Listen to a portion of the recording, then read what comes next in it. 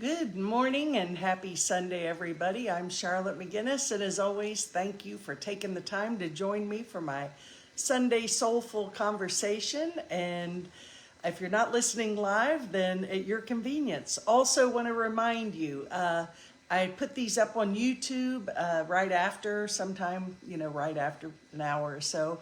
So if you're not on Facebook, which you are, I guess, if you're watching this. But anyway, back to the point, I do have a YouTube channel, and my YouTube channel is Inspire YOU TV.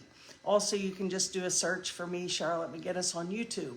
So feel free to pass it along, share with your friends, and again, thanks for being here. So I just want to remind you that I've got the prayer ministry very actively going. We're receiving lots of requests every day and very grateful beings for the love shared from our prayer team, and people are really having wonderful outcomes from the prayers and support of the group. So if you're interested, just go to my website, charlottemcginnis.com, scroll down, click on the prayer ministry, and you can submit a request, or you could always just message me and I'll make sure to get you on the list. Also, each week, Fridays, 11 a.m. Eastern Time, I have a Course in Miracles book study. We're right now studying The Way of Mastery, which is a fabulous teaching compatible to the Course, very much the same message, but maybe in a little more adaptable way to implement these wonderful teachings into your life. So good morning, Sue. Happy Sunday to you. As always, I appreciate you all being here, and if you'd like to pass it along and share, that would be awesome. Okie doke. So today I chose the topic, Imagine. And of course we know the beautiful John Lennon song, probably from 50 years ago, hard to believe, and how powerful the lyrics and the message was from that song, and how it's still today. Good morning, Mary Beth, Miss Sunshine. But anyway, the message that from that beautiful ballad he wrote many years ago still holds true today. It's a classic, it's universal, everybody knows it, and it still holds so much meaning for me, and I'm sure many of you who have heard the song over your lifetime. So we're going to get into the lyrics of that a little later, but I chose the topic Imagine because I was moved by this statement, this post, whatever, and I think it's very unifying, very healing, very poignant and powerful for these times, and how we can come together in unity and peace to co-create a new world, a new earth. And this statement says, I dream of a world where no one is homeless, no one is hungry, all the sick are healed, no child is left an orphan, all animals are treated with love, people treat the planet with respect, and people care for each other.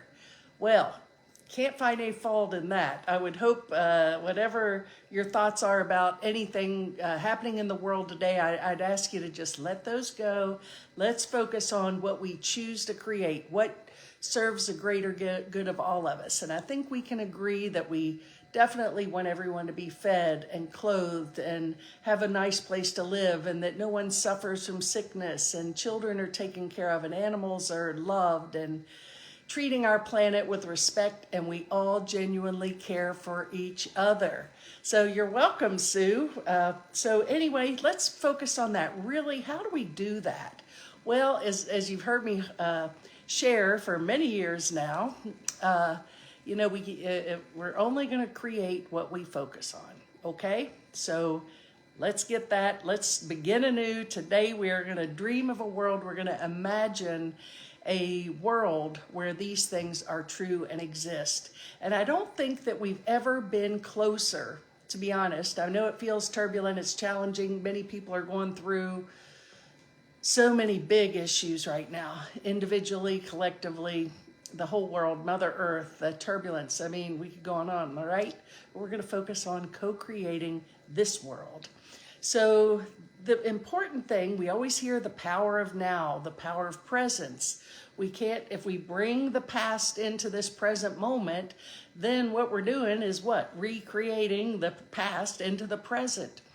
I'm really engaged in my own mind about the idea, not to say that going back into history cannot be useful and helpful, because it can, because we have to use the tools of this world to sort of navigate beyond it. But I think that if we get too stuck, so many people are quick to say, well, we got to go into our past. History repeats itself, blah, blah, blah, blah, blah, blah, blah. Well, the reason that's the case, as I've said many, many times, is because if we look to the past to help us navigate through this present moment, we're not going to change anything, right? So let's begin anew. As Thich Nhat Hanh says, the secret of transformation is in the way we handle this very moment. Eckhart Tolle, be here now. Presence. If we're present in love, then that's what we move into the future, or the transformation of our individual selves and the collective, the planet. And so I think that at this point in time, at all points in time, to be honest, but where I am right now, because I'm present, is that it's time for us to understand the power of understanding that we are all one. We're all God's children. We're all here. This big experiment, this classroom planet Earth, is a big experiment on learn to get along, kids. And when you learn to get along and you heal your illusions of separation and judgment and attack and defense and all these silly games that you play, then you will have accomplished your purpose here on earth, and you will return to the place from whence we all came. And that is the totality of oneness, peace, unity, the Garden of Eden, heaven, right? Non-duality, total love. Good morning, Catherine. Happy Sunday to you. So I think it's so relevant and important that we understand that we have to live from that place of unity and peace, and no one exempt. And trust me, I've got a lot of people I'd like to flick off the planet right now, don't get me wrong, but I'm working on it. I recognize it. I don't want to stay there. I'm coming as a teacher and someone, as Marianne Williamson said so many years ago at one of our, when she came to give a presentation in Florida, one of her talks, she said, she's just a pilgrim on the path. Don't put her on a pedestal. And I think that it's so important. We want to put the person on the pedestal. Oh, put the Pope on the pedestal, the preacher, this person, that person. And then all of a sudden they don't do what you want, and you shoot them down. And so we're all pilgrims on the path, and we're all here to learn to get along. We're here to, as Ram Dass so beautifully said many years ago, we're just here to walk each other home. And I love this, that love is not a relationship with just one person, but a way of life with all living beings.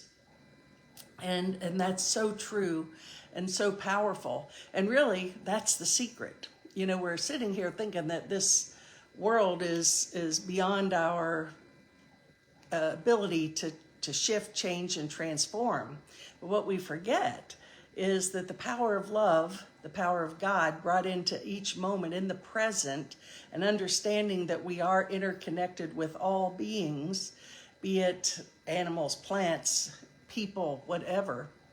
Also situations. We're all in relationship with our jobs and with the government and finances. Everything is a relationship. So it's a way of living. Love is a way of living. And understand that we are so interconnected, and that my awakening, my final step from illusion to heaven, from duality to oneness, is understanding this statement and living from that statement. Well, so here we are. We're here on a Sunday morning. It is 11:20 on May 18th. And so what are we going to do about it? Well, Proverbs says where there is no vision, the people perish. Well, the visions that we've brought into this present moment haven't been that effective. I guess In one sense, they have, because everything has brought us here to recognize that the answers aren't there. And so what do we do from here? And so right here, right now, we need to have a vision. We need to imagine a world, an existence where all of these truths begin to be evident in our experience. So how do we do that? Well, we're going to talk about it. So we have to begin to imagine. We have to have a vision. And so as we know, systems, everything's breaking down, and everybody, not everybody, many people are scared and they're angry and they're pointing fingers and they're blaming, and oh man, it's tiring. But the good news is it's happening for a very holy and divine reason. It's kind of like the universe said, you know, I tried to be gentle with you clowns for 20 million years, and you just keep fighting and you keep projecting and you keep this chaos of attack and defend and war and class systems, whatever it is you all do. And we've tried to be nice. We've tried to hold your hand through this process, and you all haven't figured it out. So guess what? We'll just take care of a few things for you. So we're going to have some extreme conditions. The planet's going to shake, rattle, and roll. The weather's going to be intense. The financial system's going to be challenged. The governments are going to be interesting, and all these systems that we've looked to for comfort and safety and meaning and support, we're just going to knock down those dice. What am I thinking? Those. Anyway, you got what I'm saying. We're going to just come in with the wrecking ball. We're going to tear it down so you can just literally start from a clean slate. Dominoes was the word I was looking for, by the way. So I want to hear, before I go any further, the good news is, it's all good news, and that yes, we begin anew. All of our systems are breaking down. They're collapsing for a good reason. And I want to invite you all to interact, send me some thoughts on what you're imagining, or any questions or feedback or challenges you might have, so we can work through them. So the chaos in the world is right in our face right now. And that is the good news, because like finally we're saying, no, don't want to do this anymore. So what do we do? Well, imagine. We have to begin to imagine a world, a situation where we are able to live in unity and oneness, where we are able to, everyone is taken care of and loved and supported. Good morning, Donna. And we have to sort of change this idea of us versus them, and understand that those souls that are coming in that appear to be playing a dark role are lost, maybe. Maybe it's a call for love, or maybe they're coming in as a master teacher. So either is all that's important, as I said from Thich Nhat Hanh earlier, is how we respond in this present moment. So give me your thoughts. What would an idea of a perfect utopic world be in your mind? And we're gonna nurture that, and we're gonna feed that, and move forward from that perspective.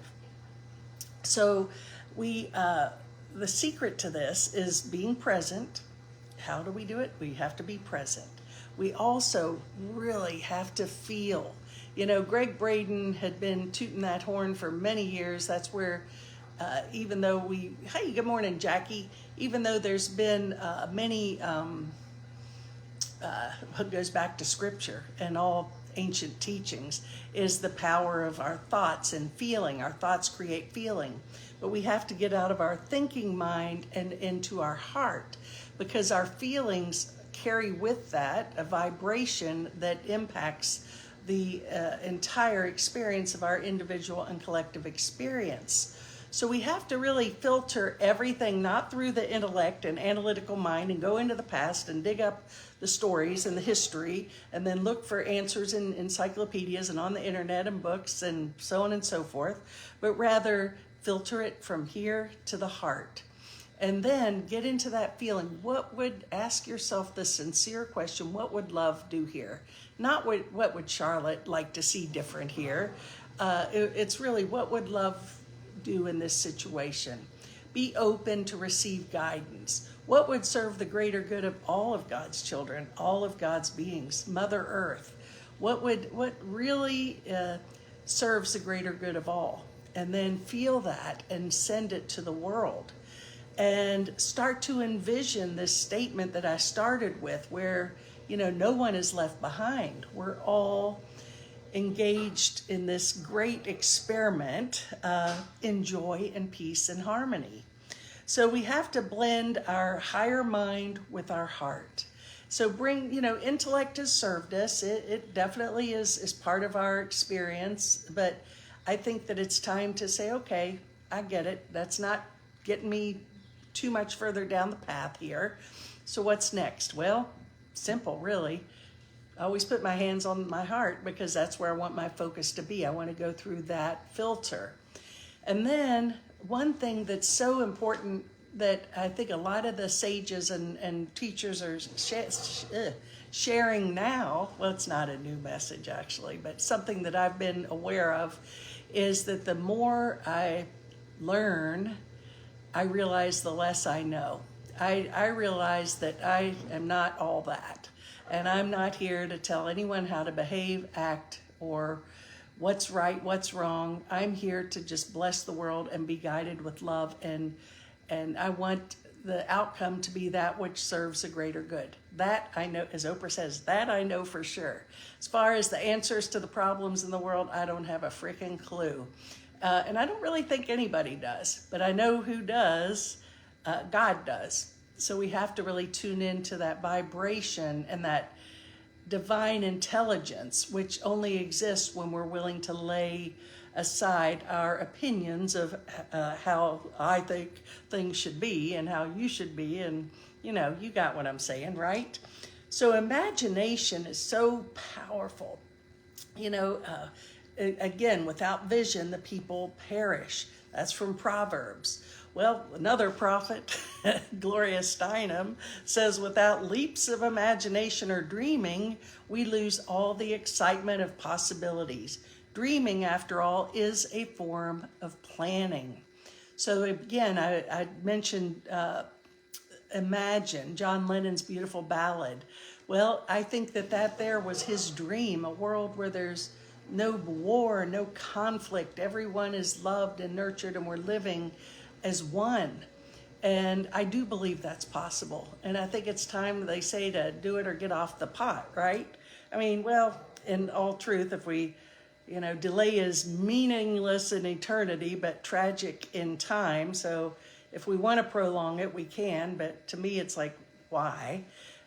When we've got the gifts of the kingdom just waiting for our willingness to open up to it, yet we're sitting here trying to engage in duality and battle and being right and all these low-level vibrational thoughts and actions. Well, start dreaming. I'm dreaming of a world where everyone is free and happy and peaceful and prosperous and getting along.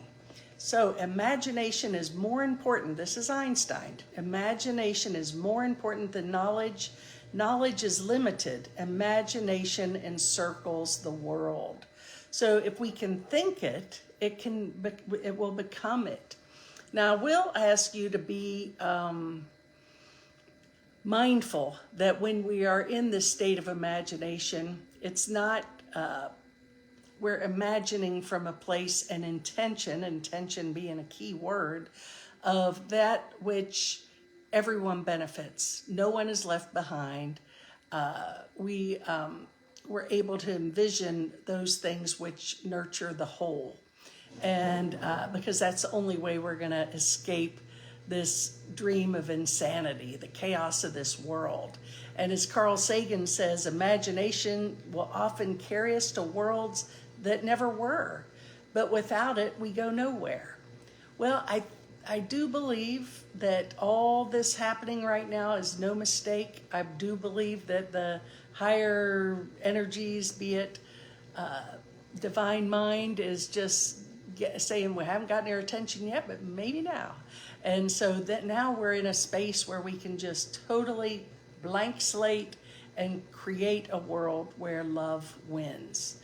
So imagination is the beginning of creation. We imagine what we desire, and what we imagine will become our reality. So imagine I just cut to the chase. I just say, well, my intention is that which serves all. Thy will be done is really the greatest thing we can imagine.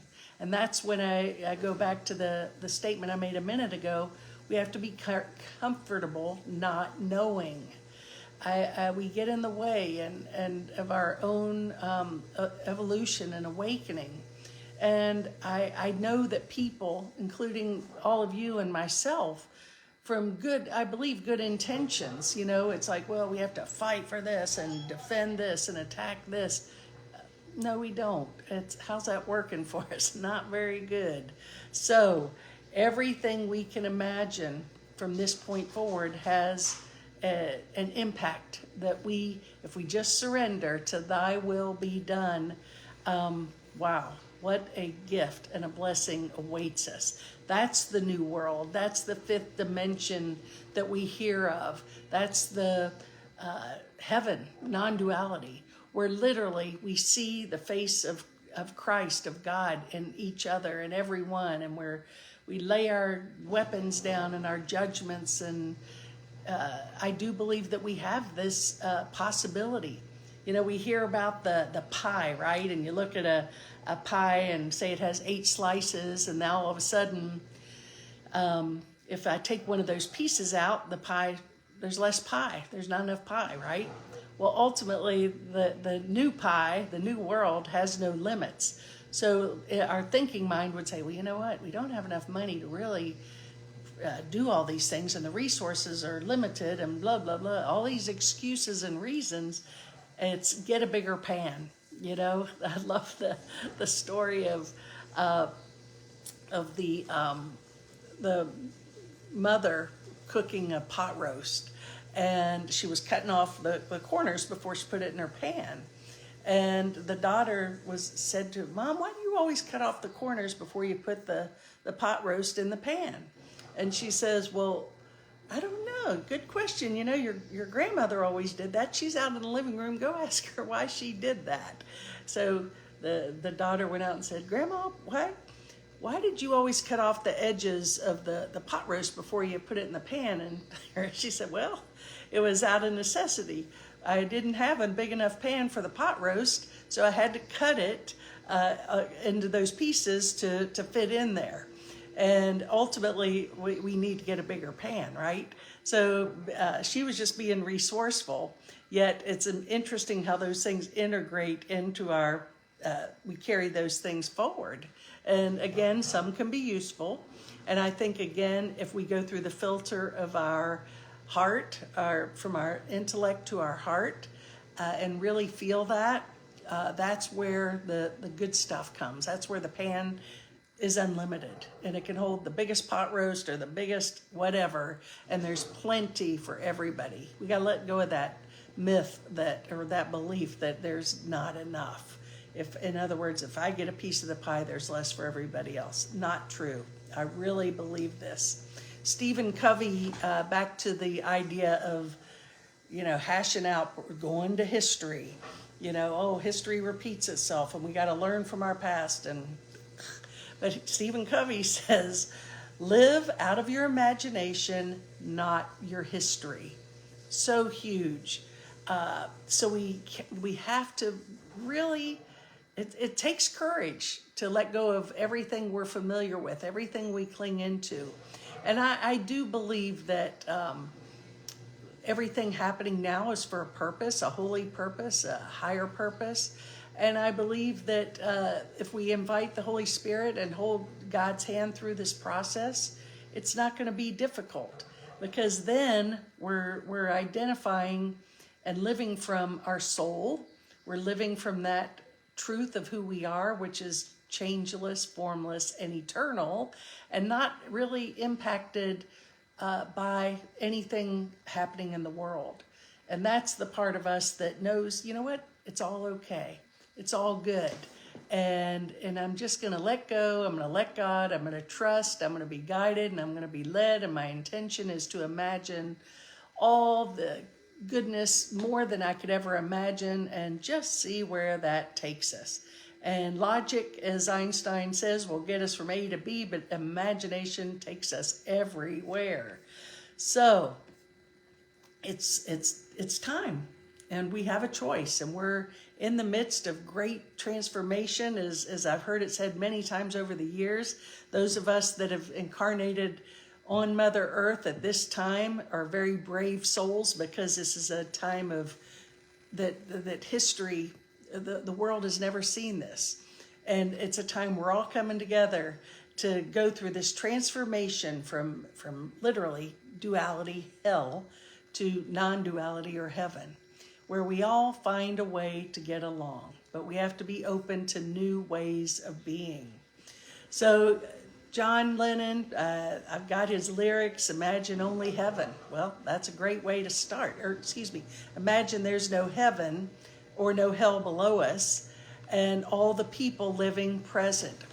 And when he speaks of this, imagine there's no heaven or hell below us, I think it's transcending what we've made heaven out to be. It's really, heaven is here now. Heaven is, it's a state of awareness, a state of being, a state of consciousness. Living, all the people living for today, and we're not divided by countries, we're not killing, we're even transcending religion. And I'm a fan of spirituality and the Bible and God and Jesus and the message of the masters. And that serves a great purpose. But I do believe eventually it's about our direct connection with Source. And that divine spark is within each and every one of us. Religion is a tool to get there. And it serves a great purpose, and it brings peace, and it brings understanding. But I think we've got the knowledge, we've got the tools. What the heck are we going to do with them now, right? So imagine the world as one.